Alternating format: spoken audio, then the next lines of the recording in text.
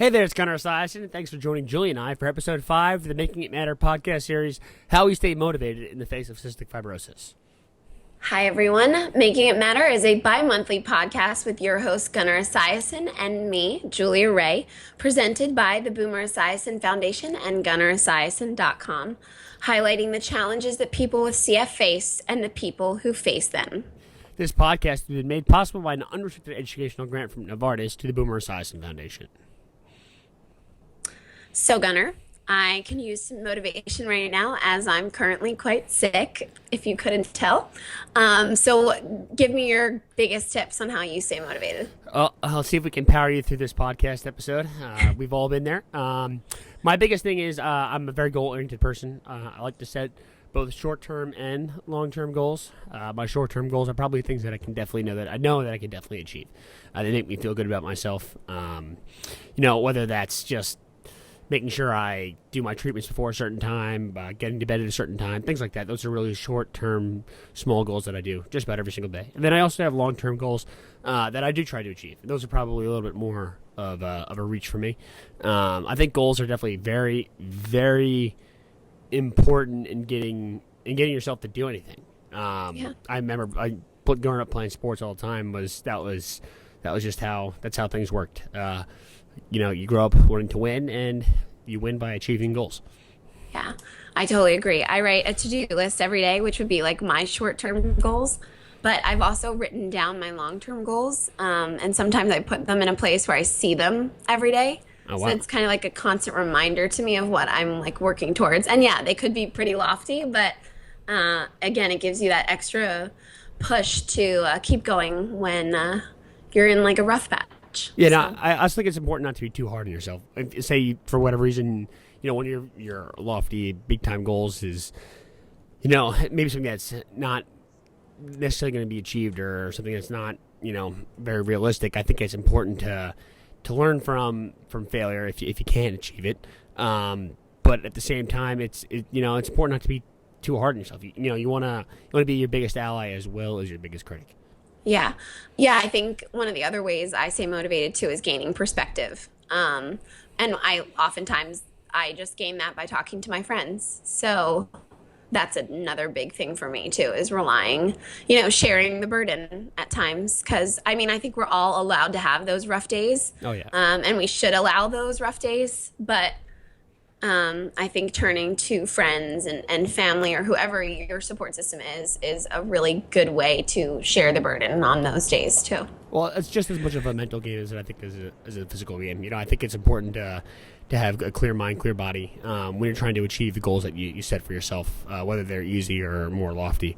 I think you have to be solid for yourself. And there's obviously days when we definitely lack, and there's days when we can't necessarily be as solid. And I think on those days it's definitely important to reach out and really, know that your friends, your family, they're there for you. And I think that's really one of the most important things when dealing with CF, for sure. Yeah, absolutely. Well, and I know like a lot of people rely on the CF community online too, because we can't be face to face. So that's also a big thing as well, I know. Yeah, I think it's good to know what you're getting yourself into. I think it's also important to recognize that there are people out there who are dealing with different battles. Exactly, and whether or not they are different in different people, but they're a lot of the times they're the same thing, that just with a different pace. I think that you and I probably go through similar challenges and struggles, but we're dealing with them in our own ways. But I think our experiences are things that can help each other. So yeah, just like you said, I think it's important to reach out to the rest of the CF community if you have that available to you. Facebook's probably that biggest avenue that I've noticed for people with CF. That's how they get in touch with each other. Because there's really no way to make it happen face to face. That's just a whole other can of worms, I guess. Yes. Yeah, one of the toughest parts. But again, it's a mental battle. And I think the other thing, too, is turning to your biggest passions. Mm-hmm. And I know for me, that's music. So, that's a huge motivator for me. And whether that's just listening to it and letting it, put me in a good mood and mental space. But I know for you, that's something different. Yeah, well, I can tell you that I'm definitely not over here singing. You may find me singing in the shower. That's probably as far as it goes. Actually, in 8th grade, I was in The Sound of Music, and I was Rolf in The Sound of Music, and I had to sing a duet. Yes. Yeah, you were 16 going on 17. Yes, exactly. And my voice cracked in the middle of the performance, and it was fantastic. So that's as far as my. Do we have any video of that? Can we put a link to that? I'm sure there's video somewhere, but it is definitely not going on the internet. Yes, that's as far as my singing career goes. But yes, I think using your passions as a motivator is really a really good thing to do. The way I look at it is I love playing hockey, I love skating, I love working out, going to the gym, stuff like that.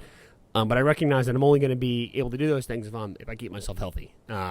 It's almost impossible to play hockey when you're feeling terrible. So I definitely try to use that as a motivator because I think it's something that's fun. It's a release for me. But the only way I can have that release is if I work hard enough to get there. So that's definitely a really, really effective and strong motivator.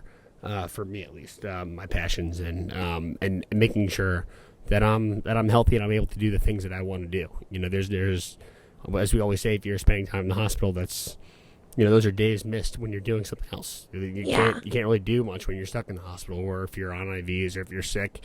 Obviously, there's so much you can do, but at the same time, you're not going to be able to go out with your friends. You can't, you're not having dinner with your family. You're not having dinner with your buddies.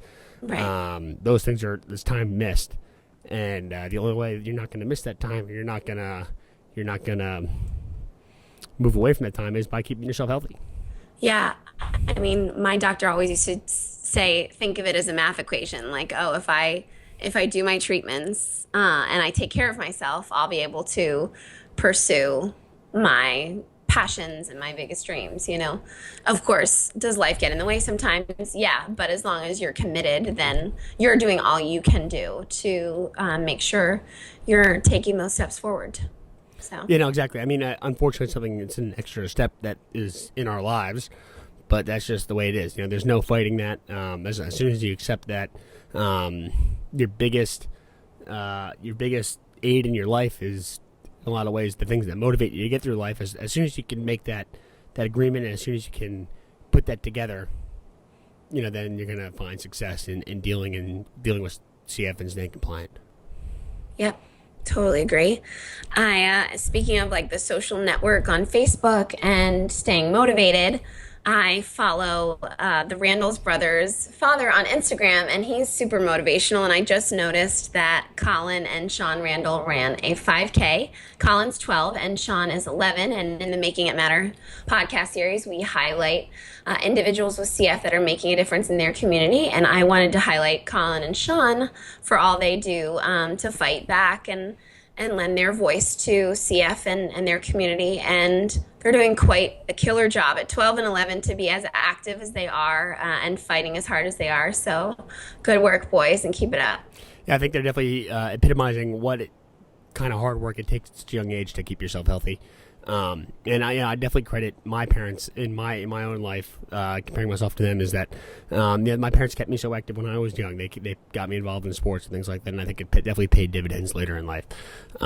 So for you parents out there, make sure your kids are active and engaged at a young age, and that'll definitely pay off as they move forward in their battle against CF. It'll keep them motivated. All right, so that's about all the time we have today. Julie, do you want to say bye this time? Because I know I usually do that for you. Thank you for joining Gunnar and I on the Making It Matter podcast series. Remember, you can follow along with our bi-monthly podcast via Gunnar's YouTube channel on GunnarEsiason.com or JuliaRay.com.